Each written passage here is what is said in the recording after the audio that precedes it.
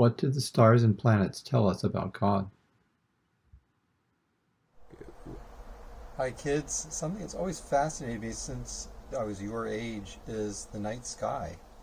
And that means for this video that we actually have to go out at night in the dark when you can see the stars. So that's what we're going to do. Maybe we should have a flashlight.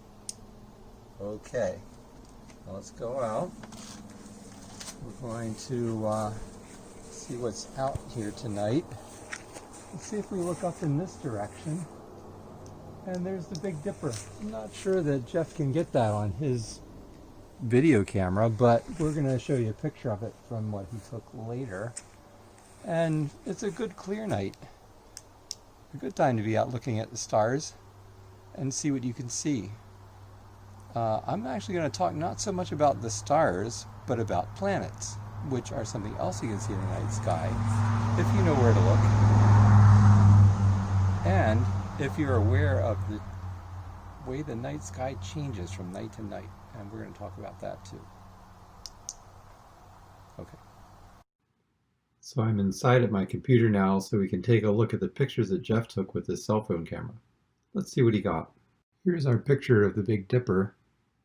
The lines and the circles weren't there, of course. I added those later because, as you can see, the stars came out a little fuzzy. Not easy to tell what's there. This is a picture of the full moon that turned out a little better.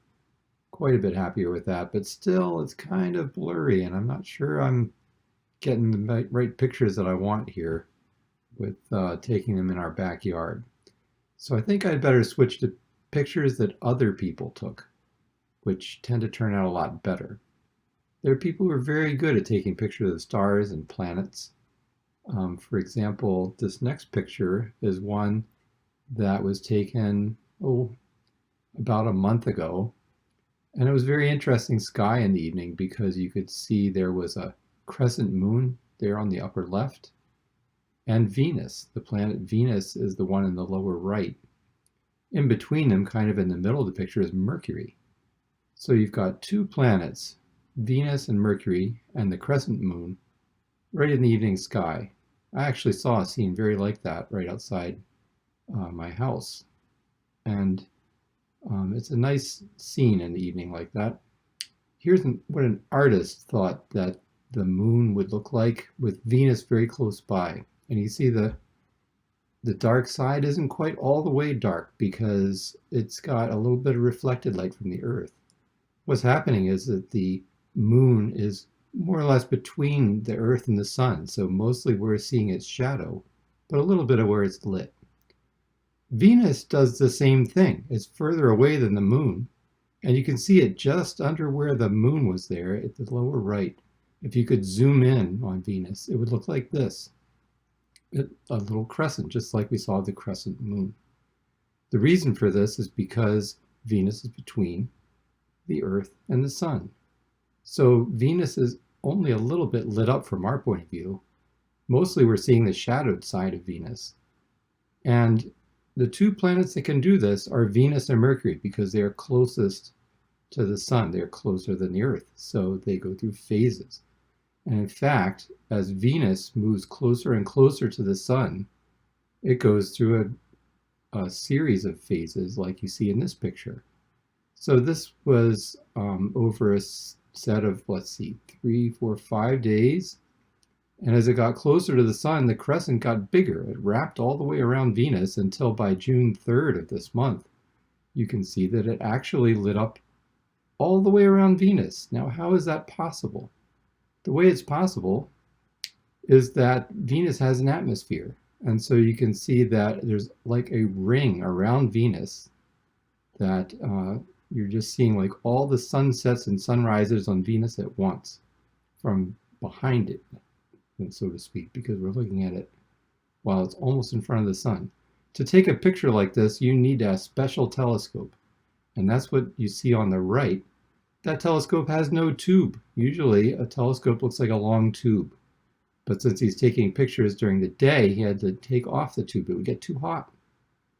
So that's how the photographers who want to take pictures of Venus they take them with a special telescope and they take them during the day, being very careful not to point it at the sun, but Venus is close to the sun here, so they need a special telescope or blocking pieces of cardboard or something just to make it not so bright. Even so, you can see that we're looking mostly at the blue daytime sky. This photographer took his series of pictures starting in actually April. And you can see that Venus started out as a big crescent, and as it got closer and closer to the sun, that is, it's moving to the right, as you look at it on the sky, it gets like a slender and slenderer crescent until that crescent grows and goes all the way around Venus because its atmosphere is being lit up. It's almost between us and the sun, exactly. Since we've been thinking a lot about the contributions of Black Americans in history, I thought it would be good to add this picture. This is Benjamin Banneker. He had a farm not far from where I grew up in Maryland, in fact, just down the street. And he was a remarkable man. He was a free black man, not a slave, in the 1700s. And he figured out how to know where the planets and the stars and the moon would be on any given night. And he published all that information in an almanac. This is what the almanac looked like for 1792. And if you read the little print there, it says that it contains the motions of the sun and moon and the true places and aspects of the planets and the rising and setting of the sun, even eclipses. So he was very good at calculating the positions from night to night of the planets. And I'm sure he had positions of Venus in there. And he knew all about the phases of Venus. So when you look up, you can think of Benjamin Banneker and the way he liked to look at the stars and use calculations and math to understand where they would be. We know a lot about the stars now compared to when he was alive, but it's still quite a remarkable thing considering that was, let's see, over 200 years ago.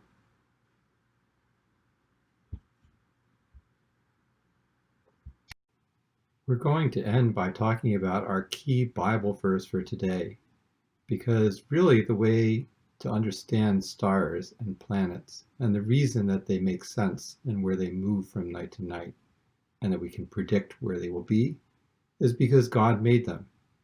And God is a God of order. He makes laws that make things work the right way.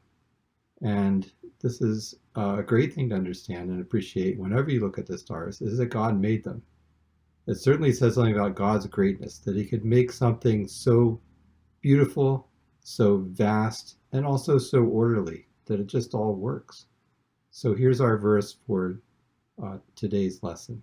When I consider your heavens, the work of your fingers, the moon and the stars, which you have set in place, what is mankind that you are mindful of them? Human beings that you care for them. Psalm 8, 3 and 4. Aren't you glad that the God who made the heavens and who set the moon and the stars in place is mindful of you and me and cares for us? Thanks for spending time with me today. It's been fun.